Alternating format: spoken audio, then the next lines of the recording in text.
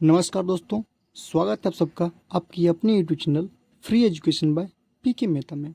और आज की इस वीडियो में हम बात करने वाले हैं मैथ के रीजनिंग की 5 महत्वपूर्ण प्रश्नों के बारे में। जो कि पहला प्रश्न है हमारा कि 3 छात्रों की औसत आयु 18 वर्ष है और उनकी आयु जो है 2:4:3 के अनुपात में है।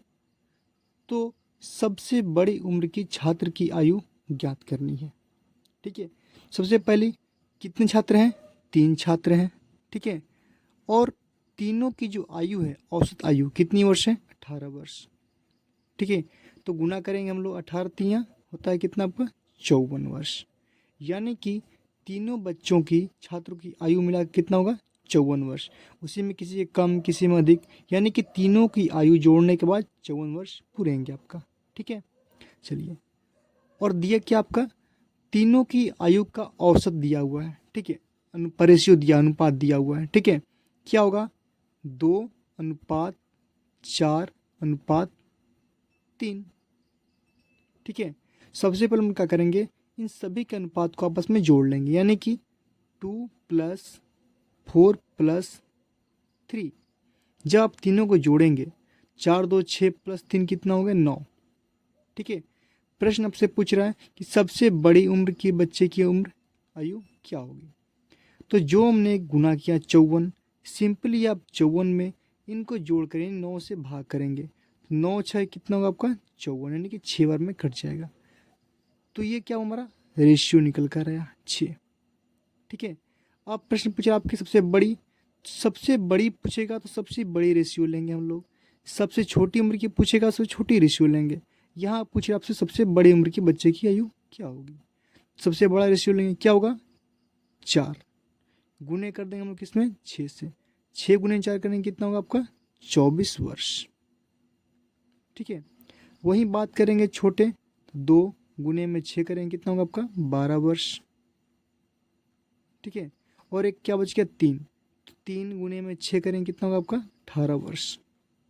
ठीक है, आप चाहे चेक कर सकते हैं, 18 + 12 होते हैं यहाँ पे कितना? 30।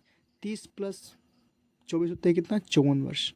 ठीक है, तो आपका आंसर क्या होगा? बड़ी उम्र का आंसर 24 वर्ष आपका सही आंसर हो जाएगा। क्लियर है? चलिए अगला प्रश्न देखते हैं हम लोग। चलिए, हमारा अगला प्रश्न है कि यदि a = 3/4 इंटू बी है और b = 2/3 इंटू सी है, तो a:c यानी कि a अनुपात c ज्ञात करना है आपको। ठीक है, सबसे पहली बात दिया क्या आपका? ए बराबर आपका दिया हुआ कितना? 3/4, और गुने में कितना दिया आपका? b। ठीक है, अगर हम इसको देखें, सॉल्व करें, तो b क्या है? 3/4 खत में गुना में है। इसको अगर हम इधर करेंगे तो आपका कितना हो जाएगा? a/b इक्वल टू कह सकते हैं कितना होगा? 3/4। ठीक उसी प्रकार यहाँ पे b इक्वल टू दिया आपको कितना? 2/3 इंटू में c। यहाँ से अगर हम c को इधर करें तो क्या होगा? b/c equal to 2/3। यही प्राप्त होगा हमारा। आपसे पूछ क्या रहा है? फर्स्ट इंटू लास्ट, यानी कि 2 अनुपाते, यानी a/c पूछ रहा है आपसे। तो a/c को हम लोग कुछ इस प्रकार लिख सकते हैं, कैसे? a/b into b/c। ठीक है, बराबर में a/b कितना है आपका? 3/4, 3/4 इंटू 2/3 है। 3 से 3 कट करेंगे इसको, 2 1 कम 2, 2 दूनी हो जाएगा कितना? 4, और b से b आपका क्रॉस हो जाएगा, यानी कि a/c इक्वल टू होगा आपका कितना? 1/2। ठीक है, तो यहाँ से आपका a का रेशियो कितना निकलेगा? a/c इक्वल टू a का रेशियो कितना होगा आपका? 1/c का कितना होगा? 2। आपका सही आंसर क्या होगा? 1/2। चलिए नेक्स्ट प्रश्न देखते हैं हम लोग। तो हमारा अगला प्रश्न है, ये प्रश्न है आपका वेन आरेख से, यानी कि वेन डायग्राम से। प्रश्न है कि नीचे दी गई प्रश्नों का सही वेन डायग्राम यानी वेन आरेख क्या होगा, सॉल्व करना है, बनाना है आपको। तो यहाँ पे आपका है वकील, महिला और पुरुष।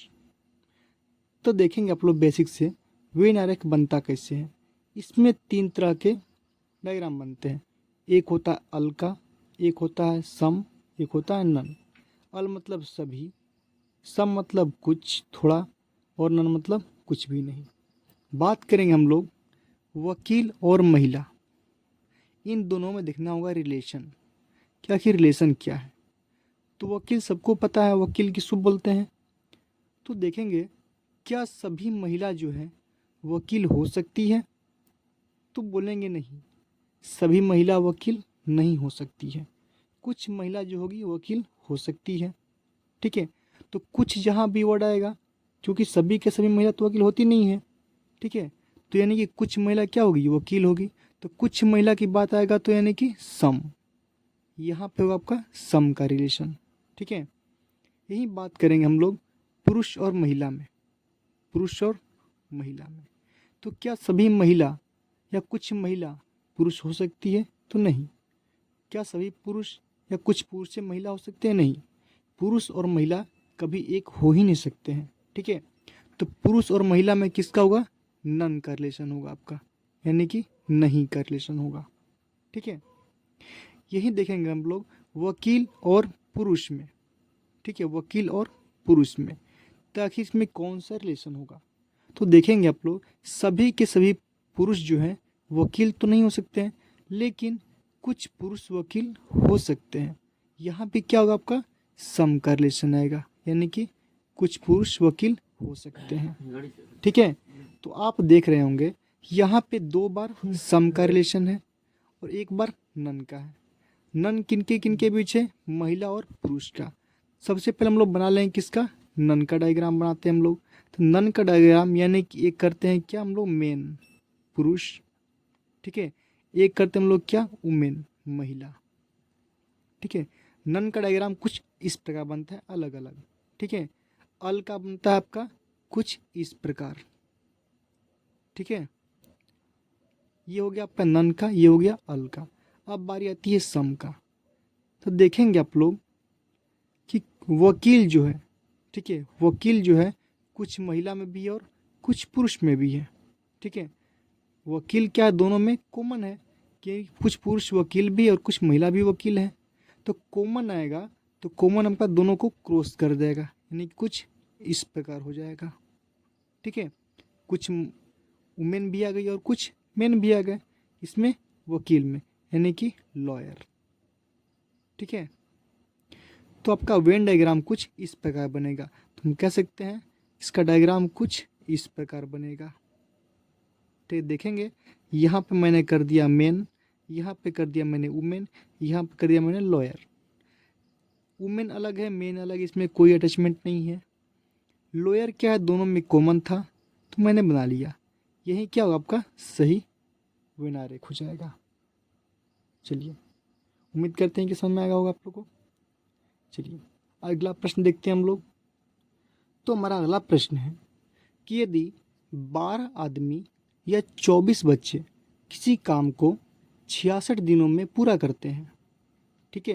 यानी कि 12 आदमी भी 66 दिन और 24 बच्चे भी मिल करके 66 दिन में उसी काम को पूरा करते हैं। तो 15 आदमी और 6 बच्चे मिलकर, यहाँ पे क्या है, दोनों मिलकर उस काम को कितने दिनों में पूरा करेंगे, ये पूछ रहा है आपसे, ठीक है। यहाँ पे क्या था, हम कह सकते हैं कि 12 आदमी, 12 मेन, या है तो बराबर 24 यानी कि 24 क्या है, बच्चे यानी कि चिल्ड्रंस हैं। कितने दिनों में पूरा करते हैं काम को, आपका 66 दिनों में पूरा करते हैं, ठीक है। यानी कि हम कह सकते हैं कि 12 आदमी भी 66 दिन, 24 बच्चे भी 66 दिन में पूरा करते हैं, ठीक है। तो हम यहाँ से देखेंगे कि 12 मेन बराबर 24 बच्चे हैं।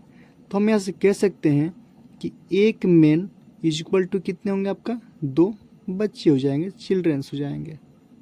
यानी कि एक मेन पे 2 बच्चे। क्लियर है? तो सिंपली आप करेंगे क्या, यहाँ पे है हम लेते हैं बच्चे, चाहे तो आप पुरुष भी ले सकते हो, कोई दिक्कत नहीं है। ठीक है, हम लेते हैं आखिर बच्चे, यानी कि 24 बच्चे कितने दिनों में पूरा करते हैं आपका, 66 दिन में गुना कर लेंगे।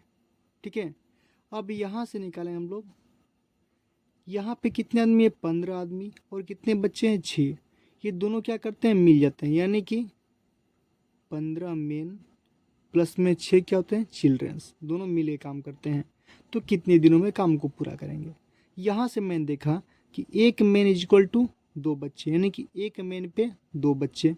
तो हम कह सकते हैं कि 15 मेन पे कितने होंगे आपका, 30 बच्चे हो जाएंगे, 30 चिल्ड्रंस, प्लस में पहले से कितने थे, 6 चिल्ड्रंस, यानी कि टोटल आपका 36 बच्चे हो गए। ठीक है, तो हम कह सकते हैं यहाँ से, चूँकि 24 बच्चे मिल करके 66 दिन, इसको आप लोग 2 तरह से बना सकते हैं। कैसे, चूँकि 24 बच्चे कितने दिन में काम करते हैं, 66 दिनों में, इसीलिए हम लोग एक बच्चे की बात करेंगे, क्या करेगा आपका 66 गुने में हो जाएगा कितना आपका 24, ये हो जाएगा आपका दिन। लेकिन आपसे पूछ कितना रहा है, 36 बच्चे मिल करके, इसलिए 36 बच्चे इक्वल टू हो जाएगा कितना आपका 24 गुने में 66 बट्टे में हो जाएगा कितना आपका 36। सॉल्व करेंगे, 12 दूनी होता है 24, 12 तिया होता है कितना 66, 3 से कट करेंगे हो जाएगा कितना आपका 22, यानी 22 गुने में 2 करेंगे कितना होगा आपका 44 दिन। ठीक है, आप चाहे तो यहाँ शॉर्ट कट कर सकते थे, यहाँ पे इस 36 लगाकर भाग दे सकते थे। तो हम कह सकते हैं कि 15 आदमी और 6 बच्चे मिलकर उस काम को 44 दिनों में पूरा करेंगे। आई होप कि आपको समझ में आ चुका होगा। चलिए अगला प्रश्न देखते हैं हम लोग। तो हमारा अगला प्रश्न है कि एक रेलगाड़ी 90 किलोमीटर प्रति घंटे की चाल से चल रही है, तो 2175 मीटर जाने में उसे कितना सेकंड लगेगा। देखिएगा, ध्यान दीजिएगा आप लोग, यहाँ पे आपका किलोमीटर की बात कर रहा है कि स्पीड कितनी है गाड़ी की, 90 किलोमीटर प्रति घंटा। पूछ क्या रहा आपसे, 2175 मीटर जाने में कितना समय लगेगा। ठीक है, तो सबसे पहली बात, किलोमीटर प्रति घंटा को मीटर प्रति सेकंड करते हैं।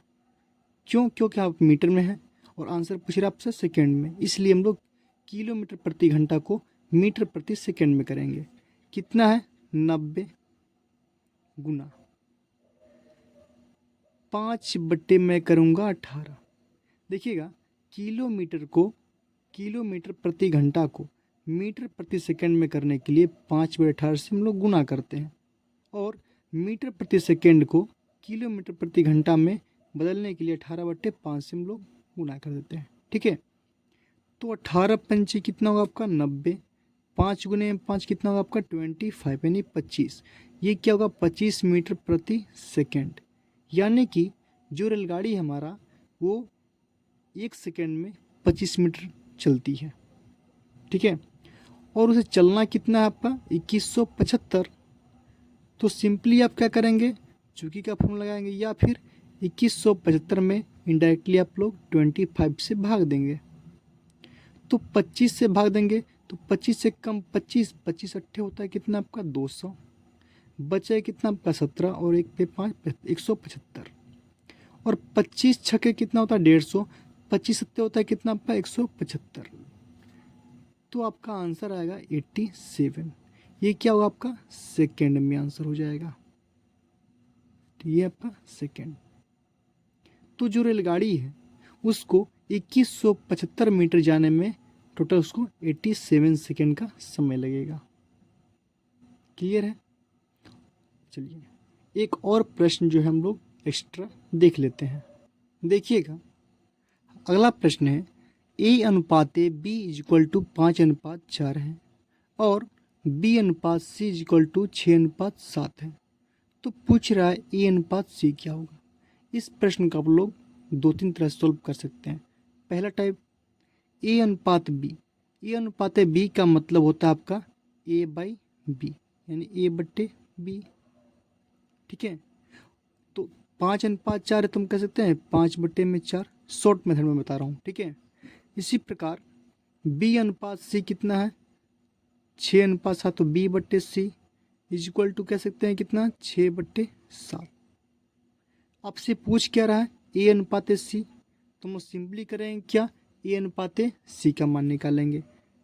A/C का वैल्यू कितना होता है, A/C is equal to, solve करेंगे इसको हम लोग, तो कुछ नहीं करना है, A/B यानी A/B, ठीक है, गुने कर देंगे B/ आपका C, तो B से B आपका कैंसिल होकर A/C हो जाएंगे आपका, is equal to A/B is equal to कितना है, 5/4 into B/C is equal to कितना है आपका, 6/7।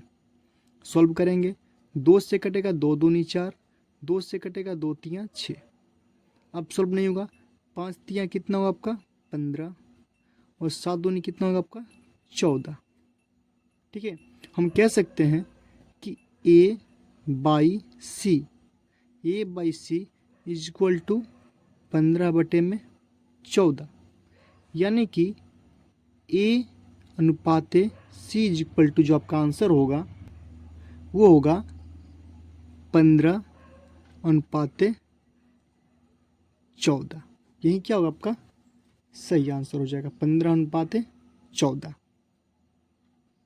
तो उम्मीद करते हैं कि आप लोगों को मैंने जितने भी प्रश्न बताएं सारे आप लोगों को समझ में आ चुके होंगे। तो प्लीज़ वीडियो पसंद आया हो तो वीडियो को लाइक कीजिए, शेयर कीजिए, और अभी तक आप हमारे चैनल को सब्सक्राइब नहीं किए हैं तो प्लीज़ चैनल को सब्सक्राइब कर लिए, ताकि नए नए वीडियो के नोटिफिकेशन आप तक पहुंचते रहें।